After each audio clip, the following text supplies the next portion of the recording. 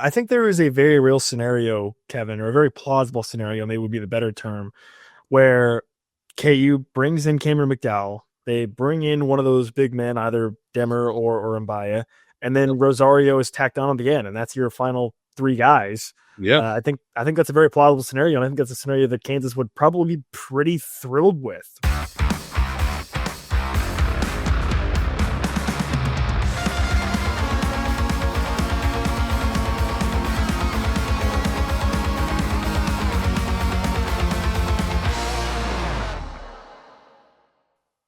Pay heed, all who enter, and beware this podcast. That's right. This is the paid podcast on the Kansas City Sports Network. I'm Nick Springer, and I'm here with Kevin Flaherty. As always, we're brought to you by Emprise Bank, your partner in all things possible, member FDIC. We're going to be talking more KU basketball on today's show. Kansas zeroing in on a couple more targets as they try to fill out their roster in June for the 2025 season. They still have 3 open spots, as we talked about previously. Looking for a big man, looking for a wing. There's some more options with some more updates on guys KU is looking at in terms of who Kansas might try to bring in to complete their roster. Also, by the way, we hadn't really touched on this much, but Kansas football has been doing quite well on the recruiting trail at the high school level. And if you want to learn more about that and learn more about local high school recruiting in general, I would highly recommend you check out the Verbal Commitment podcast with Kevin. He and Ryan Wallace do a fantastic job over there. You can find that on audio platforms. It's Verbal Commitments, and it's on the K-State YouTube channel. So I wouldn't say go subscribe to the K-State YouTube channel, but if you want to see the show on YouTube, that's where it is. YouTube has this thing where they don't let you post the same video on 2 different channels. So I would love to have it on the KU channel too, but it is what it is. So, but you can also find the audio separately with Verbal Commitment. But Kevin and Ryan do a great job of that. And I'm sure, by the way, that they're going to be all over things coming up the next few weeks because Ian Premer is about to be wrapping up his final visits later this weekend over the next week. And so a decision could be imminent for the top remaining uncommitted player and also the top player in general in Kansas, Ian Premer, the tight end out of Great Bend. So you'll want to stay tuned for that. If Premer does commit to KU, we'll certainly talk about him on this show as well. That would be a huge gift for Kansas, obviously. But if you want to get more in-depth with what KU's been doing at the high school level recruiting-wise on the football side, I highly recommend checking out the Verbal Commitment podcast. Kevin does a great job along with Ryan Wallace also. So be sure to check that out. And we'll talk about any major updates here as well on the show as we're going to be getting into more KU football coming up soon because we're about 2 months away from the start of the season at this point almost. So things are moving quickly, and they are finishing up the new booth. It's going to be opening, obviously, with the Week 0 matchup against Fresno State. So a lot to be excited about on the KU football side. We'll be talking plenty more about that as we get closer to the kickoff of the 2025 season. But as I said, today's show, we're going to be talking more KU basketball here as Kansas continues to see some movement in terms of players they are looking to fill out their roster with. Again, they have 3 spots still remaining, and there's been some new targets to maybe keep your eyes on if you are interested in how Kansas is going to fill out the rest of this roster. We talked a lot about Cameron McDowell in our previous show. He was on campus for a visit last weekend. So if you want a little bit in depth on what he could bring to the table, be sure to check out our previous show. But he is from the D2 level. He averaged over 27 points per game at Northwest Oklahoma State. He is a guy that would probably fit KU pretty well from a wing perspective in terms of a shooter. A guy that could be a solid spot-up shooter for Kansas at the wing spots. But the big target that has sort of popped up here recently is a big man. And we've talked about it. Kansas definitely needs the 2 biggest needs remaining is at the wings position and a backup big man. Right now, you look around in the front court, you have Floyd Badunga, who we both love and expect to take a huge jump. And then you have Trey White, and that's kind of it, truthfully, right now. So you'd love to bring in a backup. Kansas has been searching for one, and internationally seems to be the route they're going. And now we've got a new name to track, and that is Ege Demir. He is from Turkey. He is a Turkish professional basketball player. He's been playing in the Turkish league for the past couple of seasons, for the past 3 years, in fact, since 2022. He's been playing there. And he has a very interesting story, Kevin, because he actually was committed to play college basketball back in 2022 to play at UCLA. But ultimately, due to some issues with international players at the time, he ended up not coming over to play. in the U.S. in college, and instead has been playing the last 3 seasons and professionally in Turkey, but now is seemingly open to making another attempt at coming to play in the United States and play in college. He is 20 years old. He will be turning 21, I think, before the end of the summer, so he'll be 21 by the time he would get to campus, hypothetically. He definitely puts the big in big man. He's at 6'10", almost 250 pounds. He is an absolute massive human, and he's a guy that is really, I'm going to say this, Kevin, and I don't mean to make this comparison, but you turn on the tape and he's almost like a slightly shorter version of Doak out there. I mean, just a massive guy that loves to dunk, wants to play near the rim and score. So what do you think of the potential of a player like this being the guy as a backup for Kansas and behind Floyd Badunga, and maybe what he could bring to KU? Yeah, we've talked about how valuable an athletic energy guy could be behind Flory. Somebody who's going to come in for 10, 15 minutes and basically for those 10 or 15 minutes, it's going to be a balls to the wall type of guy. And I think when you look at Demir and his strengths, that's it, right, Nick? Like you're not expecting Nick Collison here. Like he's not going to, give you a dream shake and then hit a fadeaway over somebody. He's going to come in. He's going to rebound really well on both ends with his physical profile. He's going to block some shots. He's pretty good there.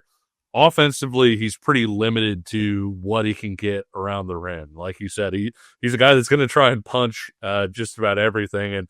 And to sort of further the Doak comparisons, he's somebody that you don't really want getting fouled when he does that, because he is not a good free throw shooter at all. And so the skill level is somewhat lacking at this point. But if you're looking at, hey, Flory's going to sit down for a few minutes, what type of guy would you like to come in? He really fits that mold, doesn't he, Nick, in terms of a guy that's going to continue to give you a presence on the glass, continue to help protect the rim, and just give you, anything he gets offensively, I feel like would be almost energy-based. Yeah, truthfully, I think the biggest thing you're looking for here if you're Kansas is what you said there at the end, which is rebounding, right? You want somebody that can come in and there won't be a drop-off in rebounding, because we've seen that be an issue for Kansas in recent years where they don't have a big guy on the floor. They struggle to rebound. Obviously, it was well documented that KJ Adams at times struggled to rebound for various reasons, right, when he was on the floor. So I think that's probably the biggest thing, is because you look at the roster right now, and if you were to take away Floyd Badunga, there would be legitimate concerns about how you would get any rebounds considering the roster. So absolutely, I think that's the number one priority. And this is a guy that, Kevin, his offensive rebound rate is almost identical to his defensive rebound rate. Like, yeah. The numbers are almost the same. So he's going to be aggressive on both ends of the floor in terms of crashing the glass, which is significant. You talked about sort of his limitations offensively. Because of that, you look at the numbers, he's almost 61% from the floor, but that's almost entirely within 6 feet of the basket, and a better field goal percentage than free throw percentage. So that kind of tells you what you're getting right there.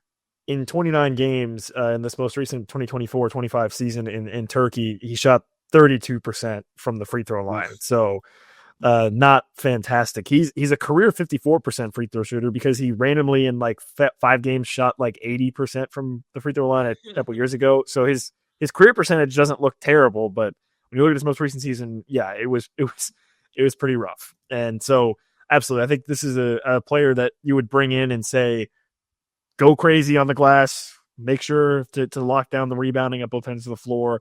If you score, great. If you don't, not a huge deal, right? I think we both recognize that at this point, the main firepower that Kansas is going to have offensively is already on the roster. Like, barring, like a Cameron McDowell could be a guy that could come in and be somebody that could augment KU's offense a little bit. But at this point, I think offensively you have what you have on the roster in terms of your big guns, essentially, right?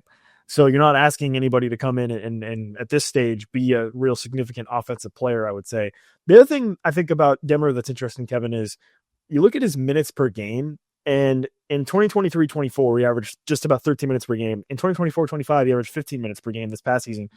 That's probably exactly what you'd be asking him to do at Kansas, is about that minute range. So I think that's good that you would be bringing in a player that essentially has already been playing the role that you're going to be asking him to play. This is not a situation where you're asking somebody who has played a lot more or has maybe played a lot less, right, to step into this role. You got a player in Dimmer who seemingly has been already fulfilling the role that Kansas needs in Turkey. And so you would think that would make it sort of a hand in glove fit for him to come in and say, hey, just do that again, right? Come in, Yep. average 14, 15 minutes per game and be really successful on the glass. Maybe, get a couple blocks here and there and go from there, right? Yeah, and if you have professional aspirations, you can do enough in 10 to 15 minutes a game to where you can entice NBA teams to say, hey, that's a guy we'd like to see. But the flip side of it, Nick, one of the things that we've suggested would be a good fit for KU if you could get it would be a guy who could come in, basically ply his trade for 10 or 15 minutes a game this year with the object of this guy's going to develop. And then next year, when Flory is theoretically at least onto the NBA, this is a guy that could have a significantly bigger role. And I think there's some attractiveness to that too. I do think KU is going to be a better rebounding team this year overall. I mean, you kind of talked about that. Darren Peterson's a terrific rebounder as a point guard. You don't usually have 6'5", 6'6" point guards, and he's a guy that crashes the glass incredibly well. And I feel like a lot of Kansas's best teams, that as far as rebounding wise, yeah, you've had a Thomas Robinson or somebody like that on the roster, but you've also rebounded kind of 1 through 5, right? It's been a team effort. Trey White is a good defensive rebounder. Melvin Council is a guy that has no issues climbing on the glass. And so I think Kansas is going to rebound up and down the roster a little bit better this year than it certainly did last year. But you have a guy like this coming in, like you said, there have been times where Kansas has had a starting center, and then when that center goes to the bench, opposing teams are able to take advantage of whoever they put in. Either he's not strong enough, he's not really a presence or whatever else, and you're kind of looking over the bench, like praying, like, hey, when can we get the starter back in? I'm not sure that would be the case with Demir. I think he's a guy that could give you some really good minutes and be somebody that could impact games with both his physicality and the way that he pursues the ball off the glass. And I think, too, with him, sort of patrolling the paint defensively, your defense isn't going to drop off in a huge, huge way. He's not going to have the mobility that Flory has, because that's maybe the biggest thing that makes Flory such a special player. But he is somebody that you could at least say, hey, we've got our back line guy. If somebody gets past that initial line of defense, he's going to make it tough to finish at the rim. And Kansas hasn't always had that the last couple of years. I think with a guy like Demmer, Kevin, you'd almost have like a little bit of lightning and thunder situation. Yeah. Where Flory, obviously, with that explosive second bounce, he's so quick on his feet and he can be so athletic. And then Demmer, when you watch him, I mean, he's built like a tank. He is built that way. So it gives you a little bit of a different look, I guess, off the bench against his opposing teams. Well, and you look at Bryson Tiller, too, as a guy that probably is more naturally a 4 in terms of his skill set, and stylistically is probably a little bit more of a 4. Size-wise, you could potentially have him out there and say, hey, there are some lineups that maybe we'd like to try with him as a 5, but I don't think you want to go into the season saying Bryson Tiller is your backup 5. And so by bringing in somebody like Demir, I think that gives you options where you can be a little bit more versatile to it. If you want to have a lineup with Tiller at the 5, it's because you want to have Tiller at the 5, not because you have to have Tiller at the 5. And I think that's a pretty big difference there too. Thank you for bringing up Tiller, by the way. I did neglected to mention him earlier when talking about the front court. Yeah, Bryson Tiller is a guy that's going to be in the front court as well. It's just we haven't seen him play organized competitive basketball in almost 18 months at this point. He's been dealing with he had to have ankle surgery, so he's a bit of a wild card. Probably even more of a wild card than Marco Jackson in terms of what he might bring. So while that's a question mark, again, I think the biggest thing is you would want to have another body in there, and that way you're not saying, as you said, Bryson Tiller come in and after having not played competitively for a year and a half, be the backup big and has to be playing a little bit more minutes for Kansas. So, but I mean, Bryson Tiller, Bill Self called him a pro Sometimes in the summer, I think you got to take what Bill Self says with a little bit of grain of salt, but maybe internally they think that Taylor can be more of a contributor as well. So I would be remiss if I didn't bring him up, and I'm glad you did as well. So that's the kind of the newest target in terms of a big man. We mentioned Cameron McDowell at the wing. There's another target at the wing. There's also another big man target that was a target, not a target, and now a target again, it would seem, potentially. Well, what is old will be new again, right? Yes. And we'll talk about that and more coming up next. Looking for tickets for your next event? Tickets for Less is your number one source. Save big on every purchase when you use promo code KCSN at ticketsforless.com. Success in real estate takes more than vision. It takes the right financial partner. When someone takes something rundown and turns it into something great, that's called a comeback story, like Brain Group. They take distressed properties here in KC, completely rework them, and then turn them into valuable real estate. But that kind of work needs the right bank behind it. Enter Emprise Bank. They're not about cookie-cutter loans. They saw Brain Group's vision, backed them, and now they're making big moves in Kansas City real estate. Talk about your partner in possible. Emprise doesn't do one-size-fits-all financing. They invest in potential and back growth. Visit emprisebank.com/KC to learn more. Emprise Bank, member FDIC, equal housing lender. Folks, it's playoff time, and if you're still just watching the games, then you're missing out. With Pick 6 from DraftKings, you can turn your hoops knowledge into real cash. Just make your picks, track your score, and if you hit all 6, you're looking at bigger payouts than Prize Picks flex plays. Nobody's dropping better payouts than Pick 6. Hit 6 picks, and that's 25 times your cash. And if you beat your competition, you could be looking at a 500 times bag in your pocket. And right now, new customers can get $50 in bonus picks with just a $5 entry. Here's what you got to do. The playoffs are on, so why not take a shot at making a little money while you're watching? Download the DraftKings Pick 6 app right now and use code KCSN. That's code KCSN to play $5 and get $50 in bonus picks. Better payouts, bigger wins, only on Pick 6 from DraftKings. The crown is yours. Gambling problem? Call 1-800-GAMBLER. Help is available for problem gambling. Call 888-789-7777 or visit ccpg.org in Connecticut. Must be 18 plus. Age and eligibility restrictions vary by jurisdictions.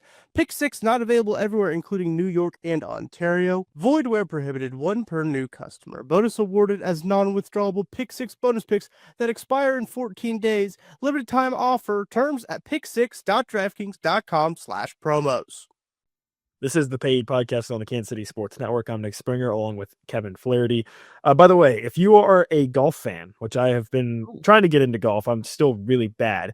But if you are a fan of golf, you may want to check out KCSN's Charity Golf Tournament. It's a fantastic event they put on every year, late in the summer, right before the Chiefs season starts. It'll be on August 18th this year. And if you want to find out more information, put together a team, maybe find out what kind of prizes that are going to be there and all sorts of other stuff. Some bourbon there too, right? Yes, it's tacos and bourbon. Yep. So tacos and bourbon at the KCSN Golf Tournament. Yeah, good contact. Yeah. I was at the golf tournament last year. It was an absolute blast. So even if you are not that good at golf like me, still I would highly encourage you to check into it. There's a link below in the description of the show here, so you can click on that to find out more information. Be sure to check that out. And while you're doing that, also be sure to subscribe to our show on Apple, Spotify, wherever you listen on audio, and on our YouTube channel at Kansas Jayhawks KCSN. We are inching closer to our goal of 1,000 subscribers by the time KU football season starts. So really appreciate you if you have already done that. Thank you so much. Continue to drop a comment, continue to share your thoughts, continue to tell your friends and family about us. And if you haven't subscribed, what are you waiting for? It takes one click and you'll be notified when new shows pop up. And during the season, we will be continuing our live YouTube shows after KU football games. And you'll absolutely want to be notified when those happen. I will be in the press box at the new booth. We'll be talking about KU football for home games and, of course, for road games too. So you'll absolutely want to be subscribed to our YouTube channel for all of that stuff as well. And again, really appreciate you if you have already done so. Okay, I teased right before the break, Kevin, that there is the potential for an old KU target who was then off the board now to potentially be back on the board. And we're going back internationally again. And this is Paul Mbaya, player that we talked about at this point, probably maybe 6 months ago, or that's 6 weeks ago, 6 weeks ago. We started talking about him a little bit. He is from France, and he's at 6'11". He's played in the EuroLeague, played in the French League this past season. A guy that is, when you look at the numbers, he's a very raw player. He's a younger player. He is just turned 20 years old, I believe, and he's been playing in professionally for the past couple seasons in the EuroLeague and in France. But again, a really raw but very skilled big man. And the reason I say that he was a target, then not a target, now could potentially be again, is because he had committed to NC State as of a couple weeks ago. But he announced earlier this week that he is decommitted from NC State. So back open on the board. And the one significant thing I'll say about that, Kevin, is, with Kansas has kind of been in this loop of, hey, there's an international target, but then maybe something happens. And because it's international, there's different rules with NIL, with eligibility, think about Bryce Desert from France as well. Well, Mbaya seemingly is good to go in that sense, because he had already signed his national level intent. He was already going to be playing in the United States. So it seems like from an eligibility standpoint, from all that, those were already clear when he was going to go to NC State. Now he is decommitted. And that's a target that I think Kansas, considering Kansas was, I think, pretty heavily involved the first time around, I would not be shocked if Kansas picks up the phone again and inquires about that. But we'll see where things go from there with Mr. Mbaya. Yeah, I think that Mbaya is a guy that, arguably has more upside for this season than Demir does. I think that if you were to choose between the two based on who's going to give you more in 2025, 26, you might pick Mbaya, because I think that there's a little bit more there. I think he's somebody that gives you a guy. You think about like the Baylor centers that they've had at times over the last few years, where they've been starting, they could impact the game over like a 4-minute stretch where you're just like, my gosh, this guy looks like the best guy on the floor. And he isn't always that, but he still has sort of that game-changing ability. I think that's Paul Mbaya. And when you look at, just super huge wingspan, big-time shot blocker, in addition to the other stuff, I think Mbaya is a guy that gives you a little bit more pop potentially than Demir does. Also may have to fight off, a little bit more to get there. Obviously, Oregon was involved. Kansas was a school that was mentioned in regard to Mbaya when he went through the first time, ultimately wound up picking NC State. Kansas, at least as of right now, still has that center spot open that you talked about. And so the main thing I think I would mention about this is just, we went from talking on shows like 2 weeks ago where you're kind of like, well, the options are drying up. There aren't many options, to all of a sudden, at least for that 5 spot. Now it seems like there are some really intriguing options there, for Kansas to play with. Yeah, I think considering the circumstances, either Demir or Mbaya would be welcomed with open arms at this point to Kansas, for the reasons we outlined with Demir, where it seems like he could be a really strong fit for what KU was looking for in terms of what he's already sort of done. And I think with Mbaya, you mentioned it earlier in the show, Kevin, about the potential of looking for a guy that you would hope would be the Floyd replacement in 2026. Sure. And I don't know about you, but I get the sense that Mbaya has a chance to be more of that, right? Like, maybe he has a higher ceiling in 2025, but beyond that, he could be a guy that, hey, you say, hey, stick around and you'll be our guy, right, at that position in 2026. If he sticks around, I think he's like a first team All Big 12 guy in 26. And I think that's going to be the tough thing about him, is that there's a chance. I said, hey, you can show enough in 10 to 15 minutes a game to really make NBA teams, get them intrigued with you to where you can go high, where they're interested in that. I really think getting Paul Mbaya is getting a starting caliber big guy as your number 2 big guy. And so I 100% agree with you. If he sticks around and he's your number 1 big in 2 years, I think he's the type of guy you can almost build a team around from that perspective, because I see him making that kind of leap in his second year. The question is is he going to stick around because he might show enough this year as Fleury's backup to where people are like, you know what, like this kid's got. I've seen his wingspan reported everywhere from 7'4" to 7'7", and so even if you take like the shorter version of that, you know, this guy can basically tie his shoes without bending over and has the accompanying shot blocking and all that stuff, and that's what NBA teams are looking for. And so there's a very real chance that he becomes one of those sort of, I call them the by rate or by minute monsters, where they don't necessarily play as many minutes, but when you look at hey, what does this guy do per 40, the numbers kind of jump off the charts because they're being highly productive over 10 or 15 minutes. I could see him being the type of guy that over the course of this year does enough over that period to have NBA teams intrigued with him on the other side to where he doesn't stick around for a second year in college. By the way, because I know people care about this, I don't, but in case you're wondering, Kevin, neither of these players in their past 2 seasons of professional basketball have attempted a single 3-point shot. So if you're curious about that, that's not what either of these players are that we are talking about. So I just wanted to kind of clear the air on that. Which philosopher was it that said, know thyself?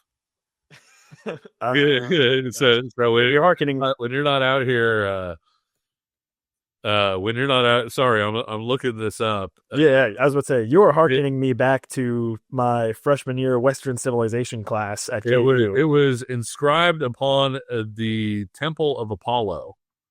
There you go. Back in ancient Greece. But yeah, know thyself, to where you're like, yeah, you know, I'm not really the dude that needs to be out here jacking threes, and they have not been out there trying to be something that they're not. Both of those guys are very aware that they are highly effective within 4 feet of the basket, and they're going to stay where they are highly effective. I'm sure somewhere my freshman year philosophy teacher's ears perked up, and they would be disappointed to know that, no, I do not remember that. Sorry, I was probably not paying attention. I'll just be honest. Yeah, that's fair. That's fair. But what I am paying attention to, as well as the big man, Kevin, is that wing position we talked about as well, which Kansas is still looking for a spot there. Like I said earlier in the show, we talked about Cameron McDowell, who did visit KU last weekend and seems to be a potential option at the position. Another guy that I kind of wanted to talk about here briefly before we get towards the end of the show here is Cole Rosario. Yeah. He is in the high school ranks, actually. And he is somebody that his recruitment has really, really heated up very quickly. This was a player that I think was rated as like a 3-star player for a while, but he got re-ranked, and he's now a top player and seemingly appears to be in a discussion to reclassify into the class 2025. He's currently listed in the class of 2026, but the general consensus seems to be that he is interested in or intending to reclassify into 2025. And so because of that, his recruitment has heated up significantly over the past, maybe a month or so. He also actually just took an official visit to Kansas as well earlier in the week, this week as we record on Thursday. He also has visits lined up with Texas A&M, with Duke next week, and also with Baylor. He also visited Florida State. So like I said, a guy that a lot of top programs sort of jumped on in a situation where his recruitment really heated up. He's a 6'5" wing, who, again, would check that box of Kansas needing a wing-type player. I am always a little bit hesitant when talking about a player that is looking to reclassify this late in the cycle and what kind of impact he may have right away. So this, to me, Kevin, feels like more of you bring him in, maybe he gets on the floor in 2025, maybe he can provide something for you, but considering how quickly he has jumped up ranks, this would be a player where you bring him in and hope that he continue to make those leaps and bounds and get a chance to contribute a little bit in 2025 and then go beyond that, right? Well, it's interesting because I actually asked a friend of the show, and I'll keep his name off of here, what the deal was with Cole Rosario, and he said he's actually basically a 2025 anyway, from an age standpoint and whatever else, and said the plan to reclass has been something that's been in the works for a while. So I think it's more than just a, could reclass. I think that this is a very, real reclass situation. And with the age and everything, I do think that, if he's basically a member of the 2025 class anyway, that does make me a little bit less hesitant. I agree with you in general, though. Like a lot of times, there have been some of those guys that have found success. One of the guys that jumps out to me just off the top of my head is Marvin Bagley, reclassified and was very, very good at Duke. That's exactly who I was thinking too. Late in the process, but there are some of these guys that they reclassify, and for whatever reason, it wasn't a great decision, and they shouldn't have done it, and it wound up doing whatever. With Rosario, I think he's interesting because I think in addition to he's a 6'5" wing, I think that his playing style, he's a good shooter, has good mechanics and things like that, has some all around to him as well. He's somebody that, like you said, it's not necessarily that I would say, hey, Cole Rosario, he's now your starting 2 or 3. But I do think that he has the skill set to play a role and to kind of plug into that 7, 8 man, however many players you want to make it rotation where he could fill a role and be pretty effective at Kansas.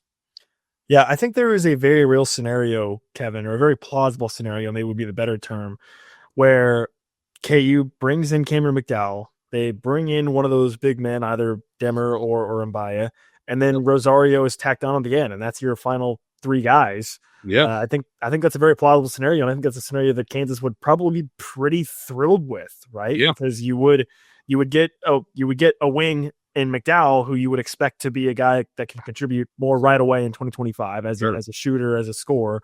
You would obviously check the box of getting a backup big man. And then with Rosario, I think you're getting a player with maybe more of a potential higher ceiling a little bit and somebody that you can really develop and not have to rush onto the floor necessarily in 2025 because you have a guy like McDowell. So I don't know.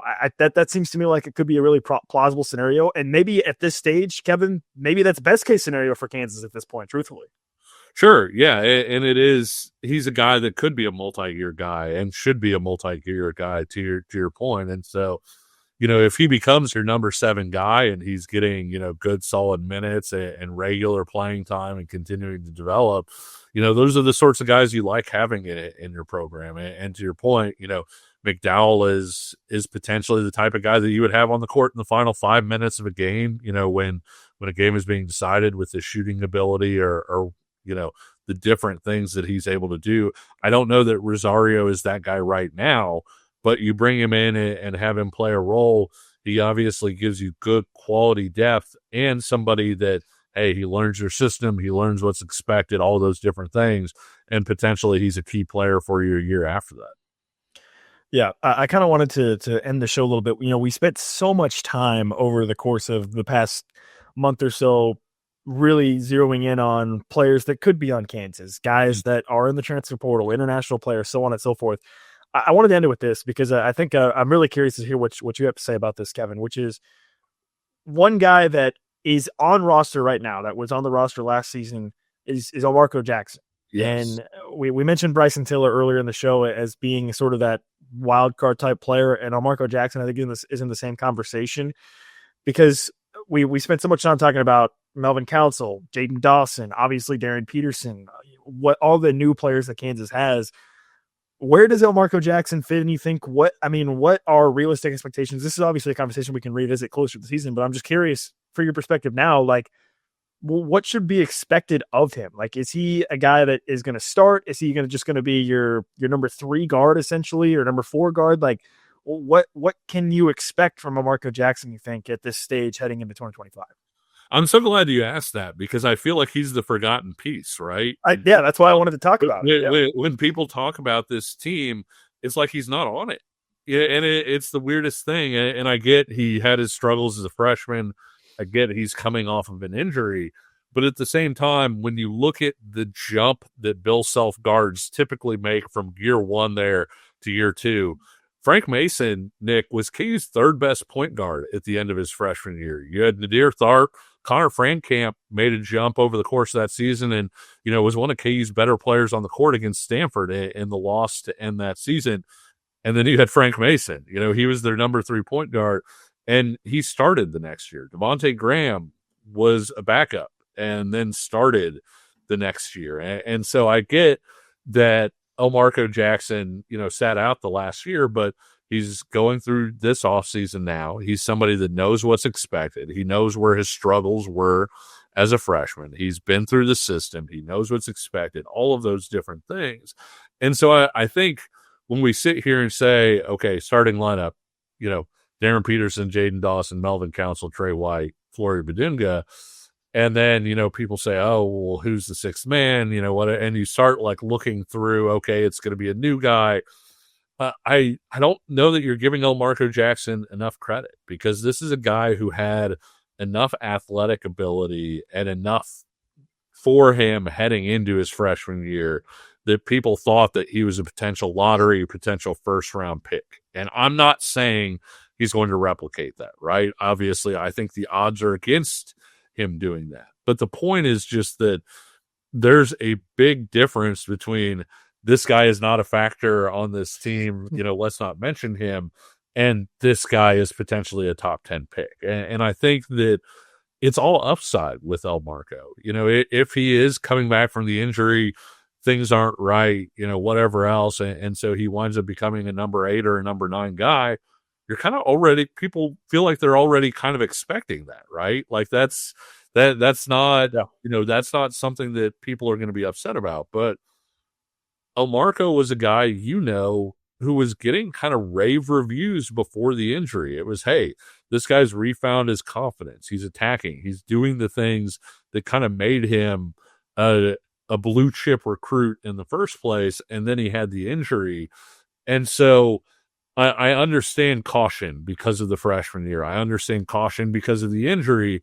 But the flip side of it is Nick, if Elmarko Jackson plays anywhere near what his ability level is, that's sort of an X factor that nobody's even talking about at this point. Like somebody that might not just be a starter, but could be the type of starter who could swing a game here or there. And when you look at even what he, potentially did well, let's just say the shot doesn't come along, which I'm not there, because I think the staff is pretty good at working with guys on shots, and I didn't think Elmarko's mechanics were broken, right? Sometimes guys miss shots because they're all over the place. Marcus Garrett, you look at it, he had a giant hitch in his shot, especially when he came in. The mechanics weren't bad on Elmarko's shot. He was missing shots. And so I tend to think those guys tend to improve, once they're used to the speed of the game, all of those things. But let's just go ahead and say Elmarko's not going to get better shooting it. He is a straight, whatever he was as a freshman, that's what he is shooting it. With his athleticism and his ability to defend and lock down defensively, especially with another year in the weight room, all of the things that go along with that, if you roll him out with a Darren Peterson and Melvin Council backcourt, you are going to lock some people up. And that's not even counting any sort of offense that he would be able to bring. And all of that is a really long way to say, Nick, that I think everybody is forgetting him. And I understand why, but the flip side of it is when you look at this team and people are like, oh, this team, they're number 15 in the country, they're number 13 in the country. You know what might be the biggest thing that makes them a top 5 type team? It might not be bringing in a totally new guy. It might be just Elmarko Jackson taking that second year leap, and it's something that nobody's even really considering at this point. If you were to write off or give up on every KU basketball player that struggled to start his career, you would be missing a lot of legends of KU, truthfully. I'll just say that. And obviously, I'm not saying that Elmarko will become that, but if you were to just look at some various players through the course of Kansas history that struggled earlier in their career or weren't, really talented right out of the gate or had a great starts to their careers, you'd be missing out on a lot of really, really exceptional players. Some guys who even have their jerseys in the rafters, by the way, at Alex Fieldhouse. So that's what I would say about Elmarko Jackson. And then, yes, I think to echo your point, really it just comes down to you're kind of already expecting him to be your 8th guy or whatever. Like the expectations are already have been reset to him so low that if he does become that, I think he'll instantly become another fan favorite, right? He'll instantly become a guy that people will really like. And so, maybe his freshman year, there was a little bit of an element of people were too high on him. There was too much pressure placed on his shoulders, right? The expectations became too high for him. But you know what? He's had now two off seasons, or he's going to have two off seasons to work on his game. Obviously, he had to rehab from the injury, but he's had a lot of time since then to sort of get him in the right headspace, have the game slow down for him. Bill Self says this a lot, and I think it's very true. Just stop thinking and start playing. I think Marco Jackson's a guy that you would love to see that happen to him as well. And yeah, he actually could end up being that X factor that's already on the team that may be the difference between Kansas being a top 15 team, like you said, or a top 5 team, which would be really, really cool to see. So, and also I think it would just be really awesome to have that incredible redemption arc storyline. Oh yeah. So I'll just be rooting for that selfishly for that purpose also. So really good conversation there to end it. Obviously, Kansas still looking to add some players to their roster, but again, I wanted to bring that up because I felt it was pertinent with how much time we spent talking about new players coming to the team versus a guy that's already on the team that maybe could step up in 2025. So really enjoyed that. Kevin, you got anything else for our good listeners today before we wrap up the show? No, I think on the El Marco thing, I mean, you're talking about a guy that had 16 starts as a freshman. That's a lot more than a lot of freshmen get. And like you said, he's had a lot of time. And just because he had the Achilles injury didn't mean that he couldn't work on other stuff in the weight room, didn't mean that there weren't other things that he could do. And so I think he's somebody that, how sometimes things like people say that somebody's underrated so much that they actually become overrated. I think with El Marco, it's almost kind of gone the other way, and that, as a freshman, everybody was talking so much about, hey, this is a guy that's overrated. He's not playing to his ability, whatever else. And then he had the injury, and now he's kind of popped out on the other side as an underrated guy, because I think he is somebody that has the potential to be a real X factor for this roster. And so he's somebody I'm really looking forward to seeing, like in sort of our first public viewings of this team. Obviously, everybody's going to want to see Darren Peterson, in that Jayhawk jersey. But El Marco might be number 2 for me in terms of, hey, well, what's this guy got? Where's he at, and what's he going to be able to bring to this year's team? What you should be clamoring to see is our YouTube channel, Kansas Jayhawks KCSN, where you can see our beautiful faces talking about all things Kansas sports. So be sure to subscribe over there at Kansas Jayhawks KCSN. And if you're on audio, you can subscribe there. You can leave us a 5-star rating and review. You can leave a comment on our YouTube channel. Tons of ways to stay in contact with the show. You can follow us on social media. @PaidKCSN is our Twitter account. You can follow Kevin, who does a fantastic job of tweeting about all things KU at Flaherty KCSN. You can follow me, who does a fantastic job of tweeting about all things Canes at Nick Springer 29.